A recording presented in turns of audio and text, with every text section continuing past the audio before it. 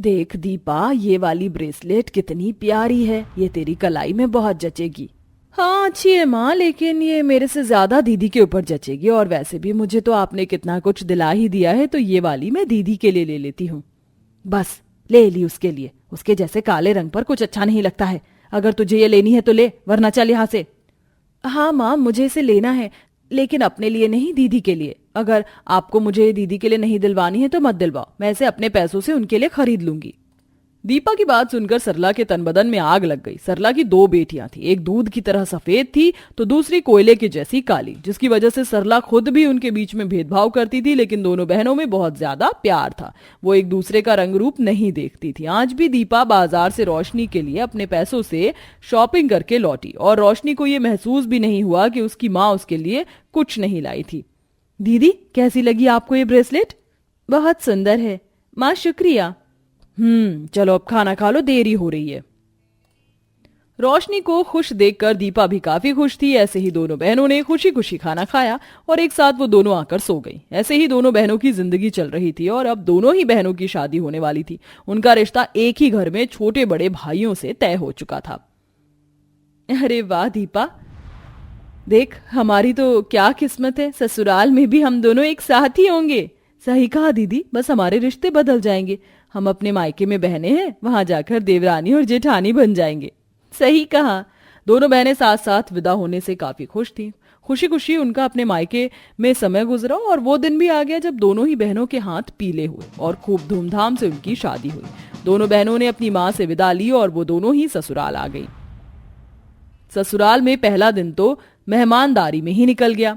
बहुओं, देख रही हो, मेरा तो अभी मेहमानों से पूरा घर भर रहा है। आज ये सभी चले जाएंगे, तब कल को मैं तुम्हारी पहली रसोई भी करवा दूंगी। ठीक है माँ। दीपा और रोशनी दोनों साथ ही खड़ी हुई थी कि तभी उनके पास एक लड़की आई। दीपा भाभी, आप तो आज बहुत ही ज्यादा सुंदर लग रही हो। शुक्रिया। आप जानती हैं, शादी पर तो मैं आपके साथ एक भी फोटो क्लिक नहीं करा पाई। चलिए अब आप मेरे साथ सेल्फी ले लीजिए।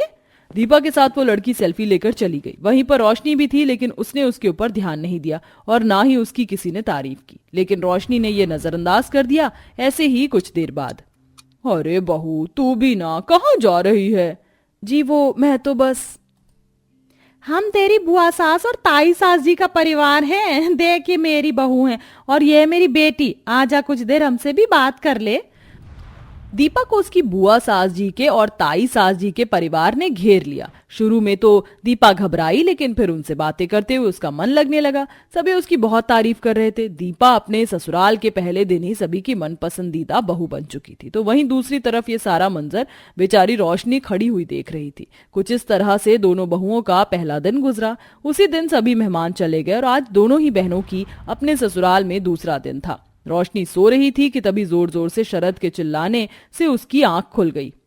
माँ, आप चाहे जो भी बोलो, मैं हरगिज उसके साथ नहीं रहूंगा। आपको मैं ही मिला था बलि का बकरा बनाने के लिए। हाँ, जरा निखिल की पत्नी को देखिए, कितनी सुंदर और गोरी है, और मेरी वाली को देखिए, नाम से रोशनी और देखने से काली चुड़ैल लगती है। मैं कुछ नहीं जानता, मुझे उसे डिवोर्स दिलवाइए बस। ये बात तू मुझसे मत बोल। वो कल्लो परी मेरी पसंद की लड़की नहीं है। तेरे बाबा को ही वो अच्छी लगी थी, तो इनसे ही शिकायत कर। इनसे तो कुछ कहना ही बेकार है। ये तो कभी मेरे बारे में अच्छा सोच ही नहीं सकते हैं। अरे वो लड़की बहुत अच्छी है, हमेशा बस बाहरी सुंदरता पर मत मरा करो, समझे? उन सभी की ये बातें अपने कमरे में बैठी हुई रोशनी तक आराम से पहुंच रही थी। अपने पति के मुंह से डिवोर्स का नाम सुनकर रोशनी को बहुत ज्यादा दुख हुआ और साथ ही अपनी बहन की तारीफें सुनकर उसे उससे नफरत भी होने लगी।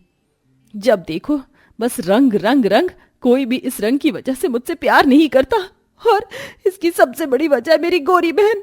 अब देखना तू बहना, तेरी वजह से मुझे इतने गम मिले हैं। अब अगर मैंने तेरी जिंदगी को दुखों से ना भर दिया ना, तो मेरा नाम भी रोशनी नहीं। रोशनी बेवजह ही अपनी बहन पर इल्जाम लगाने लगी। कुछ देर बाद वो नहा धोकर नीचे आ गई और ऐसे करने लगी जैसे कि उसने कुछ सुना ही ना हो। नमस्ते माँ जी। नमस्ते, आ गई तू? दीपा को रसोई में अपनी पहली रसोई करते हुए 1 घंटा होने को आया है। जा तू भी जाकर जल्दी से कुछ बना दे। ठीक है। रोशनी भी रसोई में आ गई, जहां दीपा को देखकर उसका खून खौलने लगा, लेकिन उसने खुद पर काबू कर लिया। वहीं इस सब से अनजान दीपा उससे बोली, देखो ना दीदी, मैंने ये खीर बनने को रखी है, लेकिन इसमें तो मुझसे चावल घोटे ही नहीं जा रहे हैं। आप तो मायके में खीर बना लेती थी, मुझे भी बनानी बताओ ना। वो मायका था, ये ससुराल है, चुपचाप खुद बना, समझी। आपको क्या हुआ दीदी? दीपा ने रोशनी से बहुत पूछा, लेकिन रोशनी ने उसे कोई जवाब नहीं दिया। बेचारी दीपा समझ नहीं रही थी कि उसकी बहन क्यों नाराज है। उससे जैसी भी खीर बन पाई दीपा ने वही सभी को परोसी और रोशनी ने भी बड़ा ही स्वादिष्ट हलवा बनाकर सभी को खिलाया। भाई वाह, रोशनी ने तो कमाल ही कर दिया है। दीपा का भी खाना ठीक ठाक है, लेकिन रोशनी का ज्यादा अच्छा है।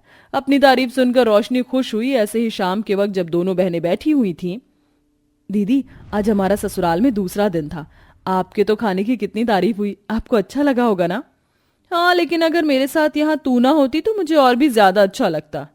रोशनी दीपा से ऐसे बोलती हुई चली गई। उसकी ये बात सुनकर दीपा कुछ समझी तो नहीं, लेकिन उसका दिल टूट गया। वो अपनी बहन से बहुत ज्यादा प्यार करती थी, जिसकी वजह से रोशनी का ऐसा बर्ताव उसे बहुत दुख दे रहा था। वहीं रोशनी को भी अपनी बहन के साथ ऐसा करके दुख तो हो रहा था, लेकिन जब भी वो अपने पति के बोल याद करती उसे अपनी बहन से नफरत सी होने लगती थी। ऐसे ही सिलसिला चलने लगा। 2-4 दिन ऐसे ही बीत गए और एक दिन अचानक शरद रोशनी के पास डिवोर्स पेपर्स लेकर आ गया। काली माई, बस अब बहुत हुआ। मैं तेरे साथ अपनी पूरी जिंदगी नहीं गुजार सकता हूँ। हाँ, अभी तो हमारी शादी हुए 1 हफ्ता भी नहीं हुआ है। अच्छा है कि हम एक दूसरे को जल्दी ही छोड़ दें। क्या? लेकिन शरद जी, दिमाग तो सही है ना तेरा, सिर्फ रंग के ऊपर तू बहू को छोड़ रहा है। अरे अपनी नहीं तो इसके बारे में तो सोच। जब मेरे बारे में ही किसी ने नहीं सोचा तो मैं क्यों किसी का सोचूं? आप निखिल के लिए तो हूर की परी लेकर आई और मुझे मिला ये जला हुआ भगोना। मैं इसके साथ नहीं रहूंगा। शरद की बात सुनकर सभी तरफ सन्नाटा हो गया कि तभी रोशनी दीपा पर चढ़ते हुए बोली, जो हुआ इसकी वजह से हुआ है, सब कुछ इसकी गलती है। मुझे कभी मायके में माँ बाप का प्यार नहीं मिल पाया, इसकी वजह से। ससुराल में बहू वाला दर्जा नहीं मिल पाया, वो भी इसकी वजह से। और तो और मेरा पति भी अब मुझे छोड़ रहा है, वो भी इसकी वजह से। ये आप क्या बोल रही हो दीदी?